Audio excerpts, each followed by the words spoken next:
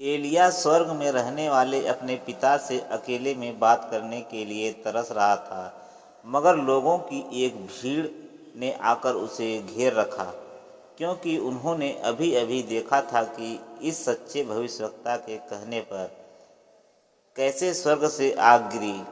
उनमें से कई लोगों ने उसकी खुशामद करना चाहते थे। इससे पहले कि एलिय्याह करमेल पहाड़ पर चढ़कर यहोवा से अकेले में प्रार्थना करे, उसे एक और काम करना था, जो इतना आसान नहीं था। उसे राजा अहाब से बात करनी थी। तब अहाब और एलिय्याह के बीच में जमीन आसमान का फर्क था। अहाब शाही लिबास पहने हुए दमक रहा था, जबकि एलिय्याह भविष्यवक्ता की सादी पोशाक पहने था। वह पोशाक शायद जानवर की खाल या ऊंट या बकरे के बालों की बनी थी। अहाब एक लालची और डबाडोल इंसान था और सच्ची उपासना से मुकर गया था, मगर एलिय्याह बड़ा हिम्मत वाला और वफादार इंसान था और उसका विश्वास बहुत मजबूत था। उस दिन हुई घटना से साफ जाहिर हो गया कि वे दोनों आदमी एक दूसरे से कितने अलग थे। अहाब को और बाल की पूजा करने वाले दूसरे लोगों को उन दिन शर्मिंदा होना पड़ा, जब अहाब और उसकी पत्नी इजबेल ने इजराइल के 10 गोत्र वाले राज्य में जो झूठा धर्म फैला दिया था, उसे हार का मुख देखना पड़ा। बाल का पर्दाफाश हो गया कि वह कोई देवता नहीं बल्कि एक धोखा है। उसके भविष्यवक्ता पागलों की तरह चीख चीख कर उसे पुकारते रहे, नाचते रहें और अपने रस्म के मुताबिक खुद को लहूलुहान कर दिया। फिर भी वह बेजान देवता उनकी पुकार सुनकर आग की चिंगारी तक नहीं जला सका।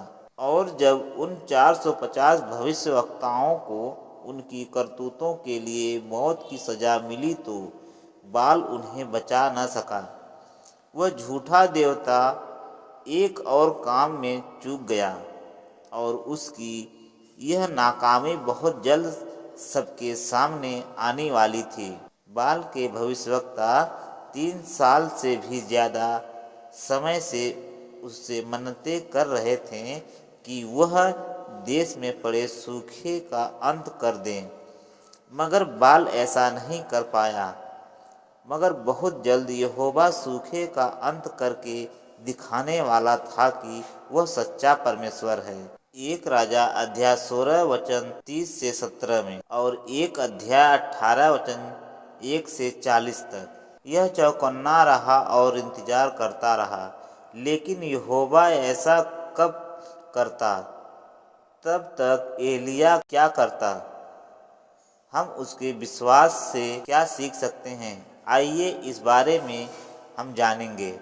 1 राजा अध्याय 18 वचन 41 से 46 में देखने को मिलेगा। वह प्रार्थना करता रहा। एलिय्याह ने अहाब के पास आकर उससे कहा, तू ऊपर जा और कुछ खा पी ले, क्योंकि मूसलाधार बारिश की आवाज़ सुनाई दे रही है। क्या उस दुष्ट राजा ने उस दिन की घटनाओं से कुछ सबक नहीं सीखा?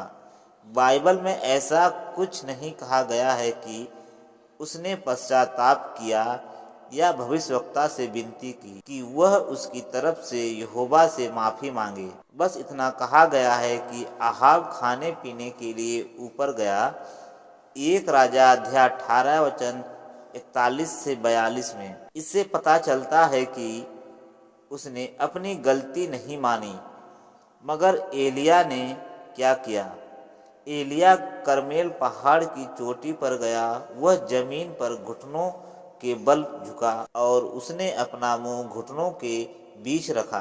अहाब अपना पेट भरने चला गया, मगर एलिय्याह ने देखा कि यह एक अच्छा मौका है। अपने पिता यहोवा से प्रार्थना करने का गौर कीजिए कि वह किस तरह झुका। वह जमीन पर घुटनों के बल इतना झुक गया कि उसका मुंह घुटनों के बीच में था। वह क्या कर रहा था? हमें अटकलें लगाने की जरूरत नहीं। एलिय्याह ने अहाब से क्या कहा? क्या अहाब ने कोई सबक सीखा? एलिया ने क्या प्रार्थना की और क्यों की? एलिया की प्रार्थना से पता चलता है कि वह परमेश्वर की मर्जी पूरी होते देखने के लिए बेताब था। याकूब अध्याय 5 वचन 18 में लिखा है, एलिया ने प्रार्थना की सूखे का अंत हो जाए। शायद यह प्रार्थना उसने करमेल पहाड़ की चोटी पर की। कुछ समय पहले यहोवा ने कहा था, अब मैं देश की जमीन पर पानी बरसाऊंगा। 1 राजा अध्याय 18 वचन 1 में। इसलिए एलिया ने प्रार्थना की यहोवा की यह मर्जी पूरी हो।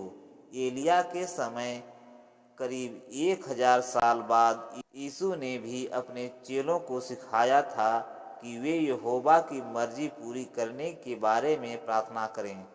मत्ती अध्याय 6 वचन 9 से 10 में। एलिया से हम प्रार्थना के बारे में बहुत कुछ सीख सकते हैं। वह देखने के लिए बेताब था कि परमेश्वर की मर्जी पूरी हो। जब हम प्रार्थना करते हैं तो हमें यह बात याद रखनी चाहिए, हम उसकी मर्जी के मुताबिक चाहे जो भी मांगे वह हमारी सुनता है। 1 यूहन्ना अध्याय 5 वचन 14 में परमेश्वर की मर्जी के मुताबिक प्रार्थना करने के लिए पहले हमें उसकी मर्जी जाननी होगी और उसकी मर्जी जानने के लिए हमें नियमित तौर पर बाइबल का अध्ययन करना होगा। एलिया सूखे का इंतजार इसलिए भी देखना चाहता था क्योंकि उसके देश के लोगों ने बहुत तकलीफें झेली थी। इसके अलावा उस दिन यहोवा ने जो चमत्कार किया था उसकी वजह से उसका दिल एहसास से भर गया। उसी तरह हमें भी दूसरों के लिए प्रार्थना करनी चाहिए और यहोवा का धन्यवाद करना चाहिए। 2 कुरिन्थियों अध्याय 1 वचन 11 और फिलिप्पियों अध्याय 4 वचन 6 में देखने को मिलेगा। और इसके आगे का वचन हम अगले वीडियो में बताएंगे। आमीन।